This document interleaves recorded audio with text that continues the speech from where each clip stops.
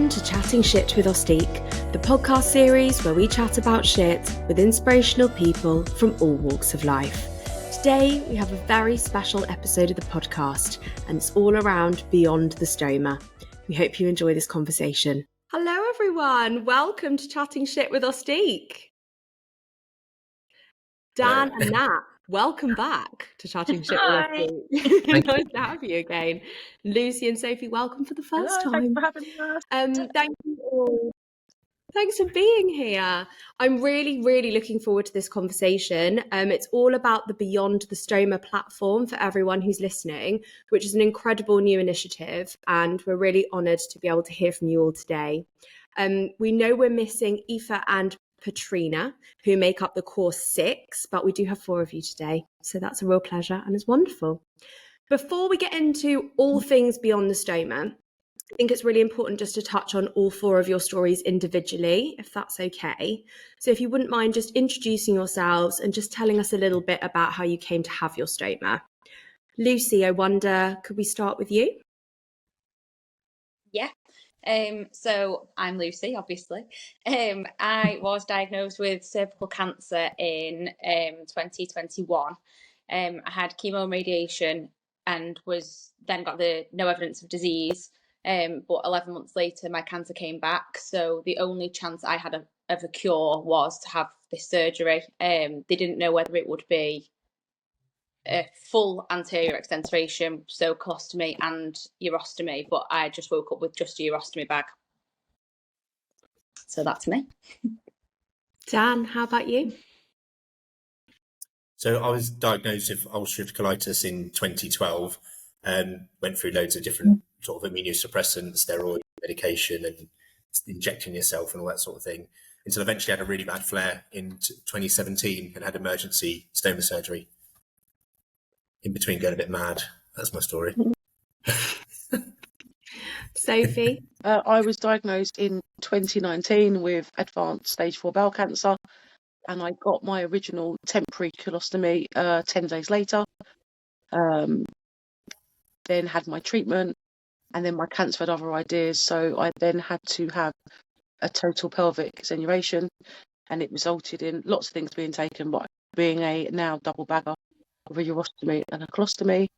And then I was 12 months NED, and then 2021 it came back in my liver, had treatment, and here I am.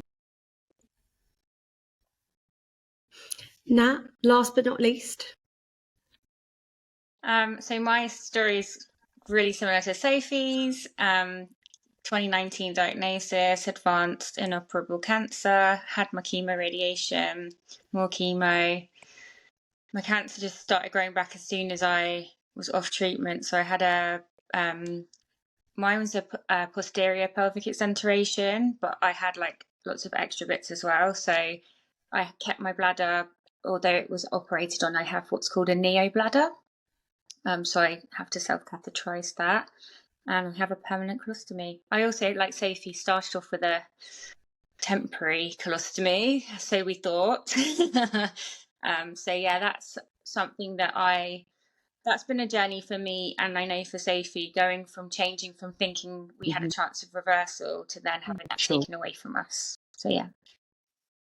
Thank you all for sharing. Something that's, I think, really important to point out now, because I know it's pretty much the foundations for Beyond the Stoma, but whilst there are similarities, you've all had very different individual journeys, and I imagine have had very different relationships with your stomas throughout that time as well. And as I understand, the platform has been, the kind of focus of the platform is it's not a one size fits all, and actually everybody's experience is different, and giving you somewhere to go where hopefully at least one story will resonate with you and you don't feel so alone. Hopefully I have that right and I've not bastardized the platform. Yeah, that's right.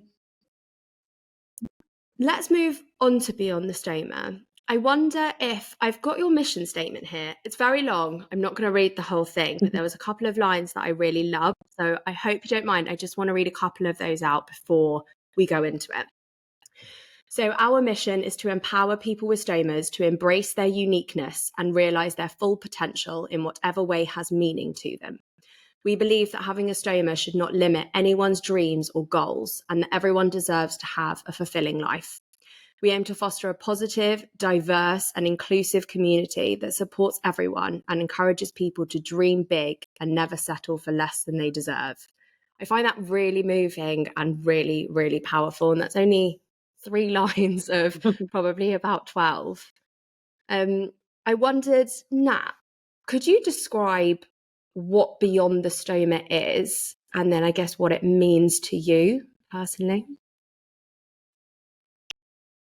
Okay, so I think it probably means something different to all of us. For me, I feel like I've had a really challenging journey with my, I hate that word, journey, with my stoma. And I feel like I've never really fitted into the stoma community. Like, I don't, because my narrative is completely different to a lot of people who are out there saying their stoma gave them their life back.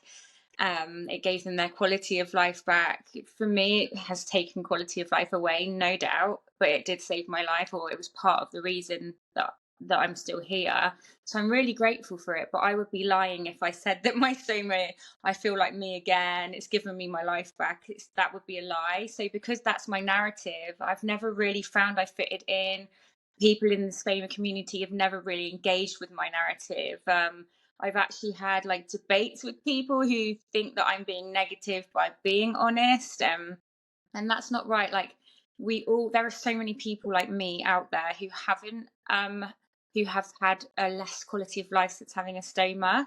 So for me, Beyond the Stoma is somewhere where I can be honest about my feelings, and also just to show that you don't have to absolutely love having a stoma. Like, let's be honest, none of us when we were younger would have chosen, oh, I hope I have a stoma when I grow up.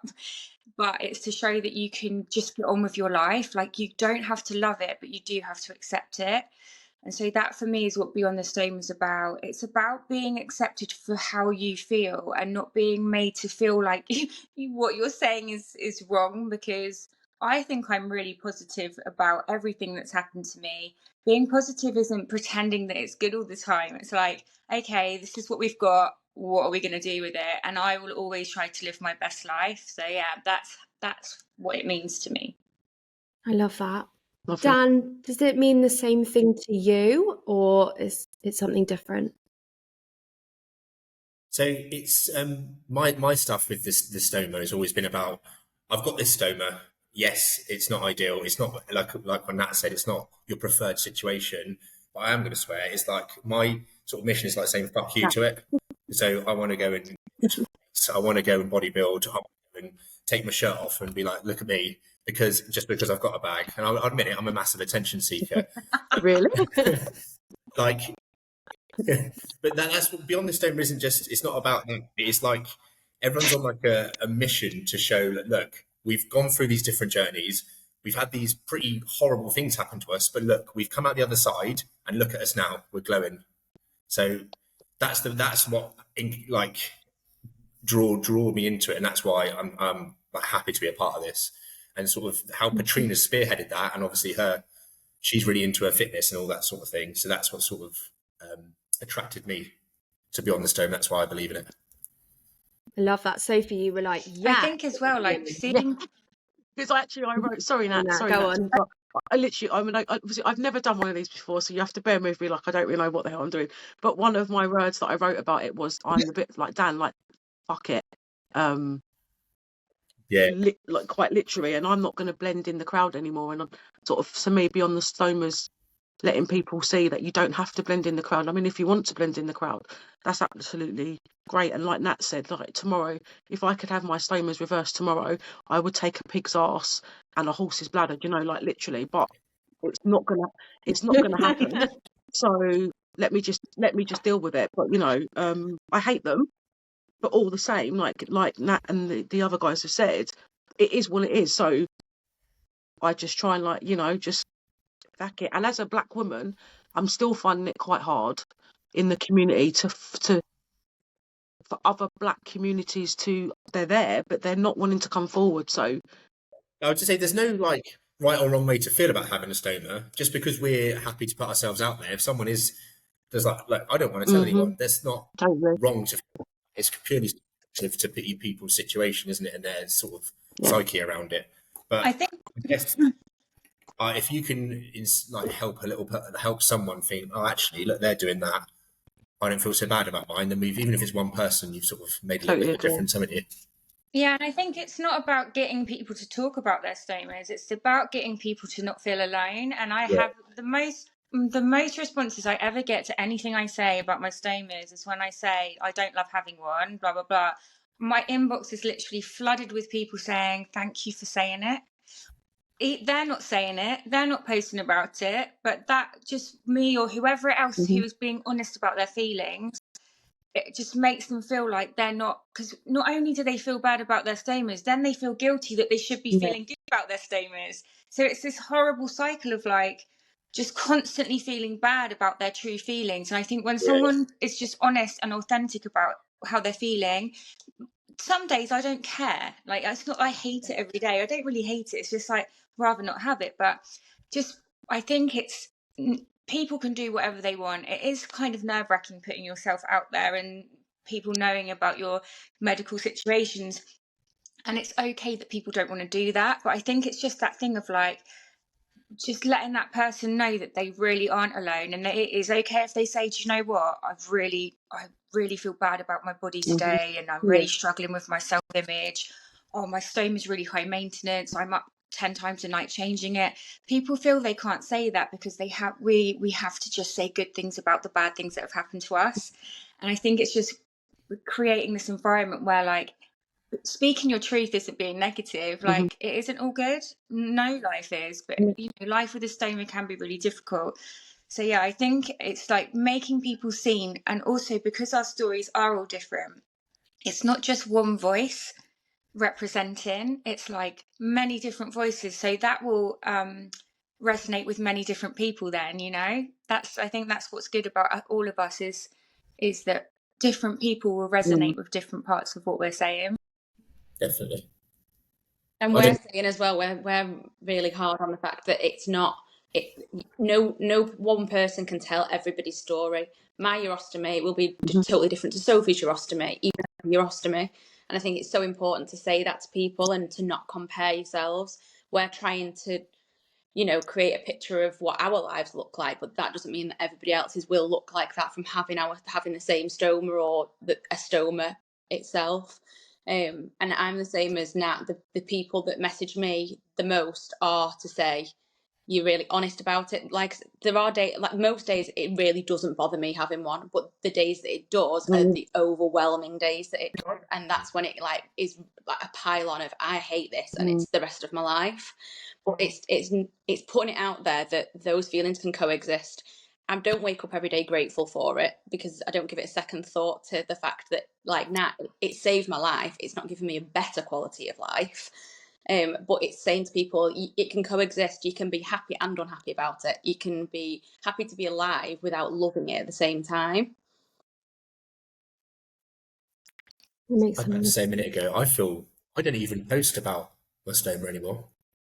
That's just what I want to share, if that makes sense. I feel bad sometimes because I'm like, oh, I should talk more about it, or I should show what I eat, or I should show this. And I'm like, I don't want to do that. I'll let people know that I've got a stoma, and I'm like, this is what I like to do. That's my passion. And then hopefully people can join it together. But like, look, I've had this happen, and I'm still doing this. I don't directly address it as much anymore. Maybe I should. I don't know. It's up to you. I feel like last week with stoma awareness, I am actually now, obviously not now, I'm happy to be here, but like I am, after this podcast, I'm done for a bit talking about stomas. That's fair enough. It's really out of my, it's really out of my comfort zone. Like, I just need a few days of a breather, because it is a lot. And like, for me, this is not my natural, I've never really, I'm going to be really honest. So I never wanted to really be an ostomy. Like, I hate that word. I never really wanted to be that person. For me, it's not useful to see bag changes in the actual stoma. Like, I just, for me, it's never resonated. And I know it resonates with a lot of people. So this is not a right and wrong. It's just about how I feel. So I've never really wanted to be that stoma person on Instagram. And so this last week, when I've been putting loads of stoma content, every single night I've been saying to my partner, like, I feel so uncomfortable. I feel so uncomfortable. So I think, like, it's really important that we do what's right for us. Being a good advocate isn't necessarily talking about it all the time. For me, my inspirations in the stoma world are the people who are going out and getting it, like going on holidays. Like Lucy was on holiday recently. I was like, yes, girl, in a swimsuit. Dan working out. Sophie going back to do her nursing. You know, like there for me, I'm like, that's so inspiring for me. And we're all different. So I do think like there's never a pressure to feel like you should put like certain things out there or show your bag all the time or talk about your stoma all the time. Those that do, I massively applaud. Like I think they're fabulous. I think we all find what's right for us. But I definitely feel there is a pressure sometimes to put stoma content out there just because we've got a stoma. And I think Beyond the Stoma is more about living your life and showing what you can still achieve. And the stoma's part of that, but it's not all of it. Yeah, you nailed it. That's it. Yeah. Yeah. That's the podcast. I didn't even Well, post we can on wrap World this up. Ostomy because I Yeah, felt I like a did normally fraud. post a little story because obviously I'm really rubbish at this whole social media stuff. Like I'm not down with it. I've got like a few followers and I love it. Like great. I couldn't just. It's not. I don't know the pressure when people have lots of followers. I just couldn't. I couldn't cope. But I would talk about all things stomas if I could, opposite to Natalie, which is fine. And I will talk all things stomas when I'm a nurse. But I don't necessarily like my people at my work don't know I've got a stoma because I'm just Sophie. I tell who I need to tell if my stoma farts or I've got shit hanging down me. Then you're gonna have to know I'm not my stoma. I'm Sophie. Yeah. But how inspiring is that, Soph? Like, how inspiring is that when you're doing your nursing training and you had to tell people about what's happened to you and they've been sat next to you all week not knowing, and then gave you I got a a standing ovation. It was all very awkward. I didn't want a standing ovation, but at that moment, I felt like Liv. We were asked why we was at uni, why we wanted to be nurses, and the classmates. There's very different reasons, and I just got this sudden thing in my gut. It was really strange, and I went all sweaty, and I thought I need to just tell the truth. So I broke my chapter down really quickly because that's how I deal with it. So they're all a bit like, the lecturer's gone pale, didn't know what the hell was going on, but they've been a bit different. And I'm like, guys, you don't need to be different. Seriously, I'm not down for that. I'm not asking questions, answering questions. It's not the Trisha show. If you want to know about stomas, go on Google. And when I become a stoma nurse, my patients don't need to necessarily, like we were just talking about, keep looking at people with stomas on the grind. They don't need to do that. And I will be telling them, you can if you want to, but it's quite damaging. I find it quite damaging when I see lots of people constantly show their stomas. There's nothing wrong with showing your stomas, but I don't want to see it. I can't, not because I can't deal with my stoma, I just don't want to see it. There's other ways to get your word out there without having to do that. And if you do that, that's your prerogative. But it damages me when I see it. Whereas Beyond the Stomas, it's not about showing your stomas, like Nat said, Dan, and it's about showing that you can do the daily things that we're doing. If that makes sort of sense. I think that's the beauty of it as well, because we've all got different perspectives, different journeys, and different things out there. Yet we've all come together for this collective thing to try and help people and obviously essentially inspire people to do that, to not be defined by their stoma, even though we're called Beyond the Stoma. Hopefully we get beyond it. But always letting, like we've all said, letting people know it's okay. Like we've all said, if you don't want to like your stomas, like there's nothing worse than seeing someone post. And when I post, I always think, God, I don't want someone to be sitting indoors now feeling really cross and angry with their stoma, and I'm showing you a video of me sunbathing in Spain. But that's okay if you feel like that. But I'd be showing you sunbathing in Spain regardless whether I've got stomas. I choose not to show my stomas as much because I put on about 15 stone. But it's not because I don't want to show them. So you are you. Don't compare yourself to anybody, Yeah. But you do get the Lucy, people out how there that about do you? that, Do unfortunately. you feel the same? Yeah, definitely. And it is just finding a balance with it. Like I said, I didn't post on World Ostomy Day because I didn't have anything to post, so I didn't. And I think that's the most authentic thing to do. If I've not got a post, I'm not going to make one for the sake of it. I've posted a few things because I was working with salts, about bags, but I genuinely did that because I really liked the bags and liked the product. I wouldn't do it if I didn't, because there's people looking on my page to see if I'm liking them bags, and if they're a load of crap and I'm saying that they're great, then that's not the content that I want to be putting out there. But I think it is just, like we were saying, not feeling pressured to put things out there and to be posting for the sake of posting, and that is when it becomes a bit disingenuous, that you are just posting for the sake of putting something on your Instagram page. You're not probably benefiting people, or you're not giving people what they, I mean, some people, like I say, some people do want to see them things, but I just personally don't resonate with them myself, and so I don't want to be putting that out there. I would rather be posting myself, like say, stood on a rock on holiday because I've been swimming for the first time with my bags and my adhesives stayed on. Yeah, But but things like that's a milestone for me, that I went on holiday for the first time by myself pretty much in however long, and it was my first beach holiday, so I posted that because that's a milestone. when I was in hospital, I never thought I'd go on holiday or get my top off or anything. Really? So like that, if I saw that, for me particularly, Yeah. I bloody love it. But Yeah, like, agree. stuff terrifies me that people put out there, because I think if that was me. Yeah. I'm a bit fragile sometimes out there. And if I saw that, I'd be distraught. What you just You put there, know, mate. this is such a thing that I think people forget. When people get their stomas out and do bag changes and stuff like that, that's absolutely fine. People, there's a big debate about the trigger warning. Should you put a trigger warning up there? And I think, if I'm really honest, if I'd seen that before I got my stoma surgery, I would have been like, I don't want it. I don't want it. I agree. I really don't want it. It's so, And when sorry, you Nat, wake up with a before- stoma, I'll just jump I in. didn't Sorry, even know and also Nat, because they're all so different sizes and stuff. Like Natalie, I Yeah. would have, like you said, Yeah. freaked out. Sorry, Nat.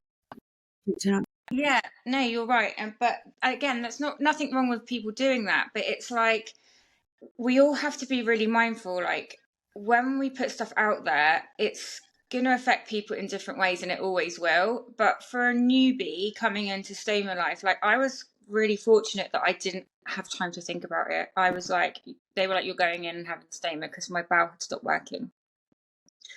If I was someone who had time to think about it and had a look, and like, some of the content is really frightening, and I think, you know, it's up to us to choose the things that trigger. Like, if something triggers us, I just mute. I just mute them, and that's, I might feel different about that in 3 months' time. I might be fine to see it then. So it's really it's really nuanced, all of this. But yeah, like Lucy being on holiday, like when I first got my permanent stoma, and I didn't leave the house. I didn't eat when I went out. I didn't drink. I wouldn't eat or drink before going out, so I didn't want to empty my bag or change my bag when I was out. I was like a hermit for so long. So actually agreeing with Dan, like, seeing people living, for me, Lucy on holiday, Sophie at school, like Dan and Trina working out, or so and so walking up a mountain, you know, it's loads of people out there on Instagram, not just within our little group of Beyond the Stoma.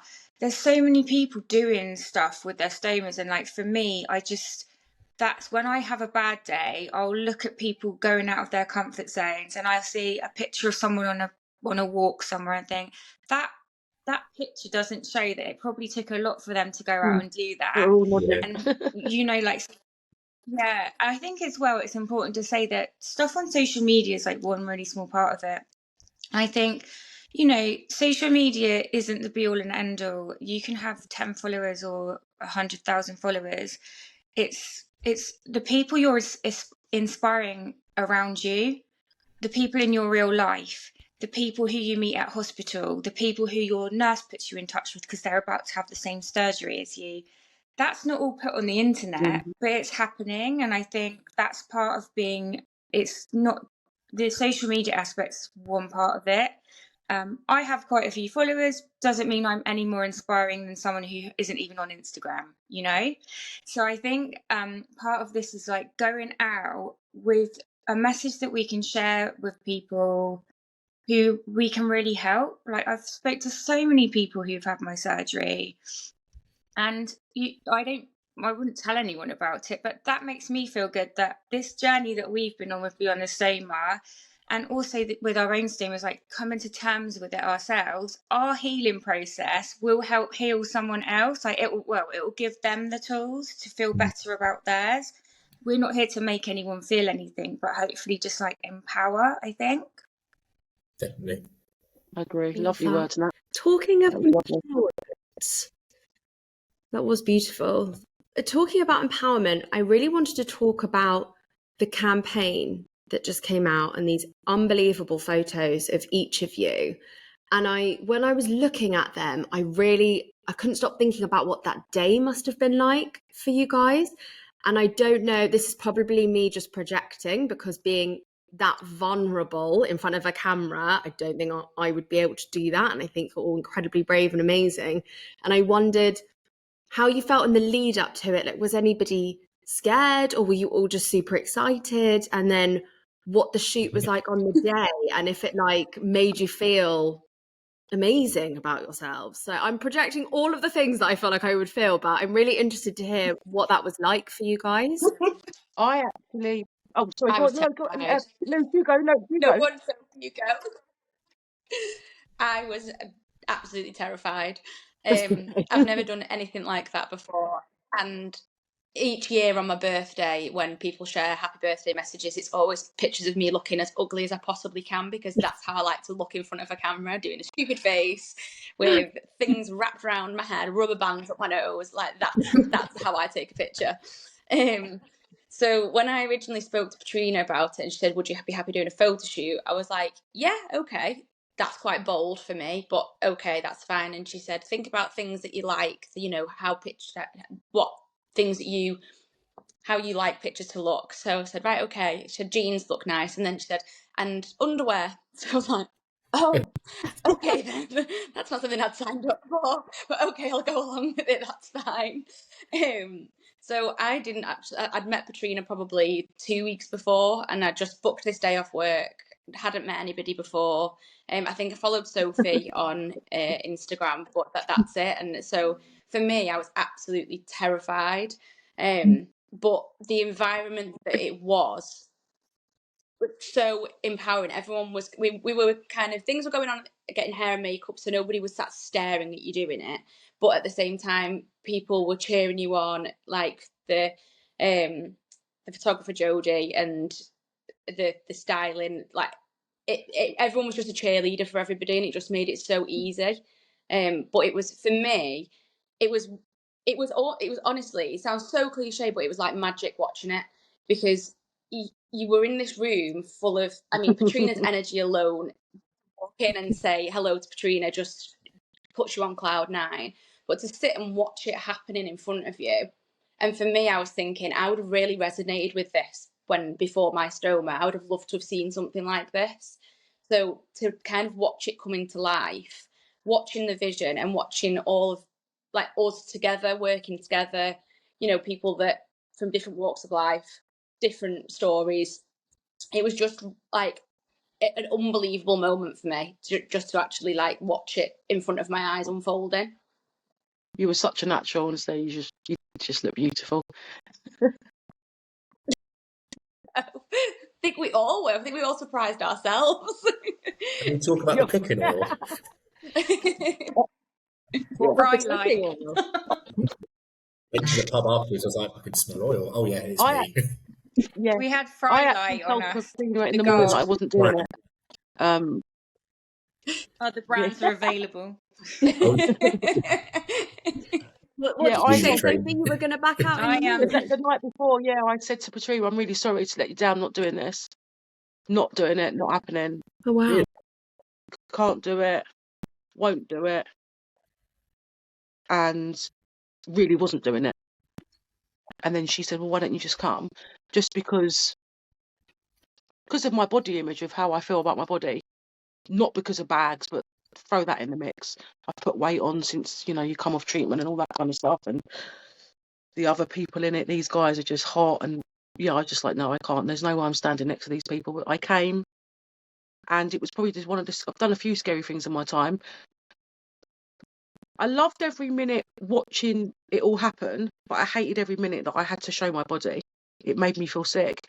And I appreciate how beautiful the photos are, but I can't deeply look at my photo of me still. What it represents, what the gold represents, it was absolutely astounding. But that's an issue that I'm dealing with. But yeah, I found it really hard. And even with the guys trying to sort of egg us along, which was great. There's one of the photos where Jimmy was literally holding me because I was like, I don't know if I can do this shoot. Went way over my boundaries. The fact that I'd done it, I can't believe it. And hopefully in time I can look at that photo. Nat's made me look at it quite a few times, and she'll like zoom in and say, "No, come Sophie, see it." And I slowly with her and Patricia, I can see it. But yeah, it was ever Because you are just beautiful, and your beauty is difficult. outside and in, and what you've been through. Like, I feel like this is the thing: is this tears our self-confidence down so much. All these changes to our body, and Yeah, we're all young, right?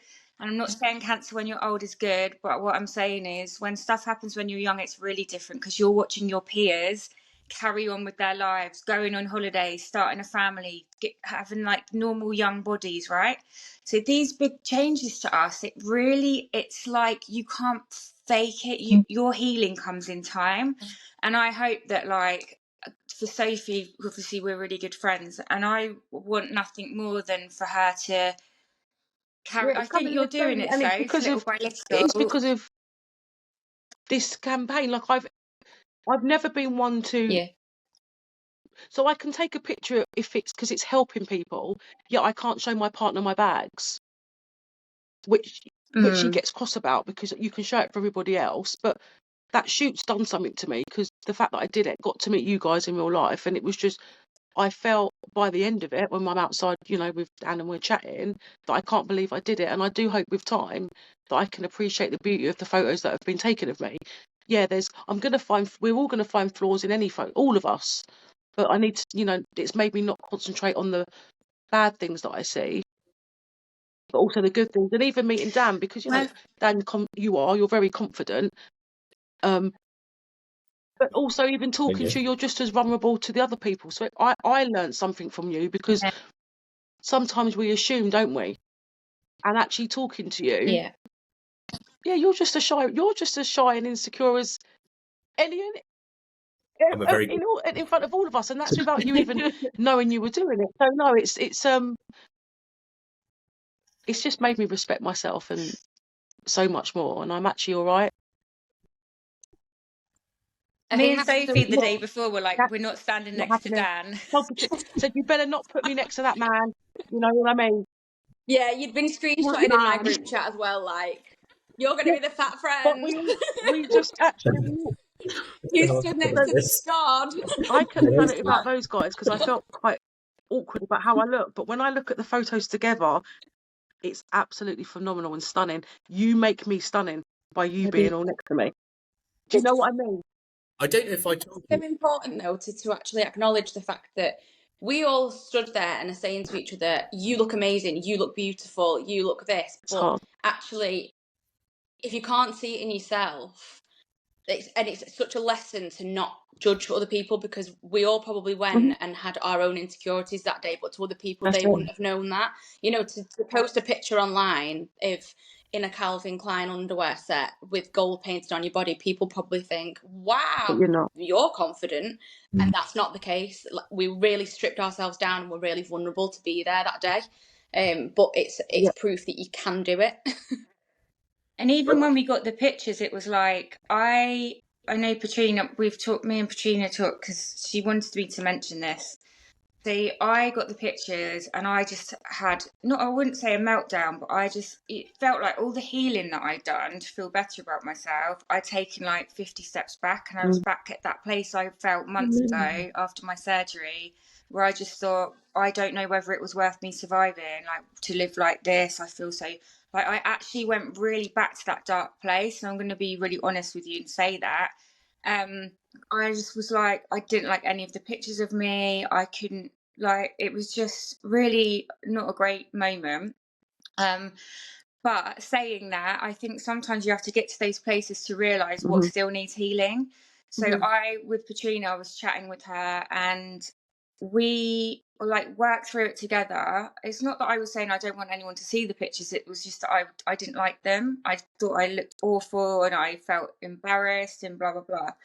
But for me, it was like just working through all those pieces again and realizing that we think we've healed that piece, but we actually, it's always going to be there.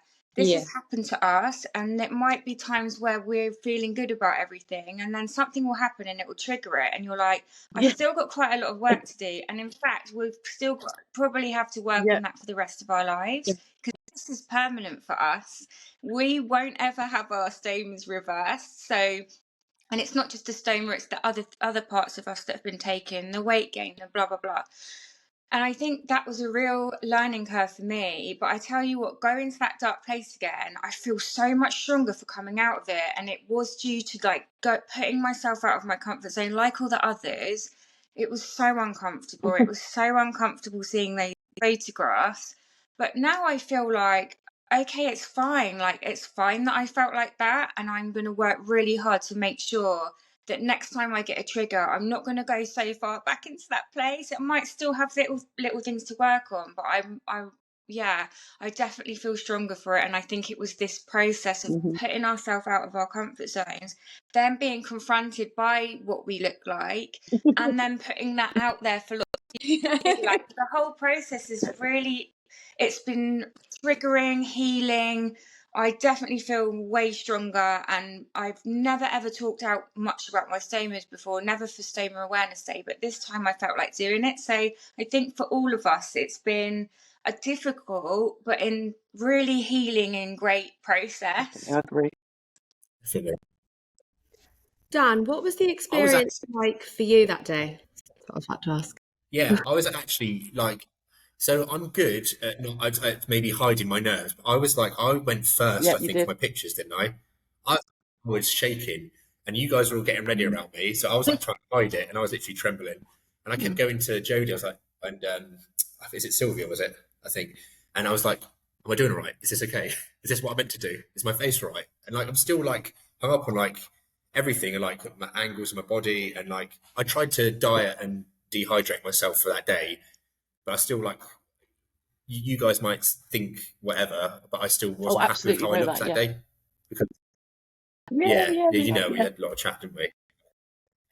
I did really enjoy it. Looking back, it was very surreal because I've never done anything like that. Like, I'm just a weird vape guy from Poole, and I'm going up to London to be photographed.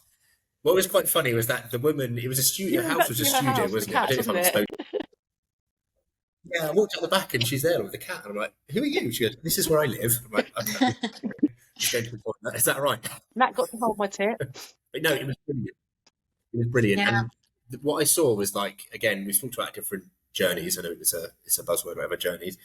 But like the energy and passion from everyone, and especially at the end, we almost like came together as a team. And with PB, Katrina as our captain, like her energy is infectious, and like her passion behind this is amazing. I could never have done anything like this. So she's spearheaded it all. It's amazing. I think as well, it's really important that obviously it's important to say, we all assume how other people, like, you know, if people put out content or if they look a certain way or whatever. I definitely assumed that about Dan. I was like, he's like ripped, blah, blah, blah.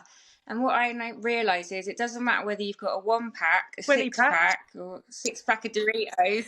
It doesn't matter what you've got. You still have those insecurities, and it's still as brave to show up. And it's really not, I think it's really easy just to like pigeonhole people. And I definitely felt so proud of everyone, because I know we all came there with nerves. It was all the first time we'd probably done anything like that with our bags, and I was so proud of everyone, because you literally saw throughout the day people shining and like coming out of their shell, and that's how everyone should feel after going through everything you've gone through. I can't believe this has just happened, because this doesn't happen very often. I've got to go. My urostom is decided to leave. I actually can't believe this has happened. This never happens. Do not worry. Go and sort myself out. And I'll try and come back if you're still here. But you should be. Okay, guys. What do I just press? No problem. Do I just press the go button? What do I press? Do I just go? Press the leave button. Okay. Just go. And if you come back, you come back. Oh, Bless bless her. her. Bless her. Oh, yeah. Everyone just made me so proud because I just know how hard it was, to put yourself out there. And I know that others will probably agree. Like, you definitely saw people just Yeah. stepping into their power throughout the day. It was so lovely to see. I think that's so important as well to take what the campaign is doing, because I said to Patrina before, you don't realise, I think, that you have the ability to change somebody's frame of reference about themselves. From us giving each other that support and that positivity that day, we saw each other just gradually, like Nat said, shine. And you can do that to somebody, and that's why the campaign's so important, to hopefully give that to people that are either suffering with a stoma, or they're about to have stoma surgery and they're really scared. To see that in other people, you can really, like, if we can support people through that and be that kind of beacon, if you will, you can really change someone's frame of reference about themselves, and you can really encourage them to be the best version of themselves as well. Well said. That's what it says. It's making the most of the situation you're in. Yeah. And that's how we're doing it. It might not be right for you, but at least it gives you some, maybe. So I think this whole platform, the experience that you guys have had along the way so far, everything about it is incredibly inspiring, humbling, and really exciting. I work in this industry. I've not seen anything as representative, I don't think, of experience as this, and as open and honest. And I think, Lucy, you were talking about this earlier, being authentic with what you're putting out there is the most valuable thing that you can do for yourself, but also for everybody else around you. So I applaud you, and I know everyone's going to really appreciate it. On that note, if people really want to get involved or find out more, or they want to be involved in Beyond the Stoma in any way, where do they go? What do they do? How do they find it? Anyone? answer that. You Yeah. answer. Yeah, okay. So there's the Beyond the Stoma, obviously, Instagram that we've got. There's also the Beyond the Stoma website that's recently launched, which I think is linked on the Instagram.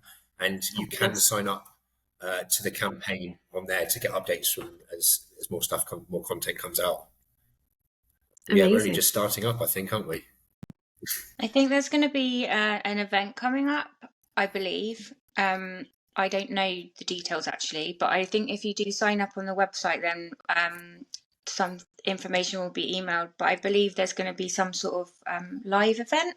Yeah. Okay, amazing. How exciting. I'm not sure if I was supposed to say that. I'll check with Patrina if you can keep I've got that. Yeah. Let me know if we need to edit that out, but at the moment we can talk about it. I mean, I can't go any specifics. Thank you all so much for being here. I'm sorry we lost Sophie a little bit earlier, but really appreciate your time and honesty and your stories. And I'm really excited to follow this platform and see where it goes. So thank you all so much. Thanks for having you.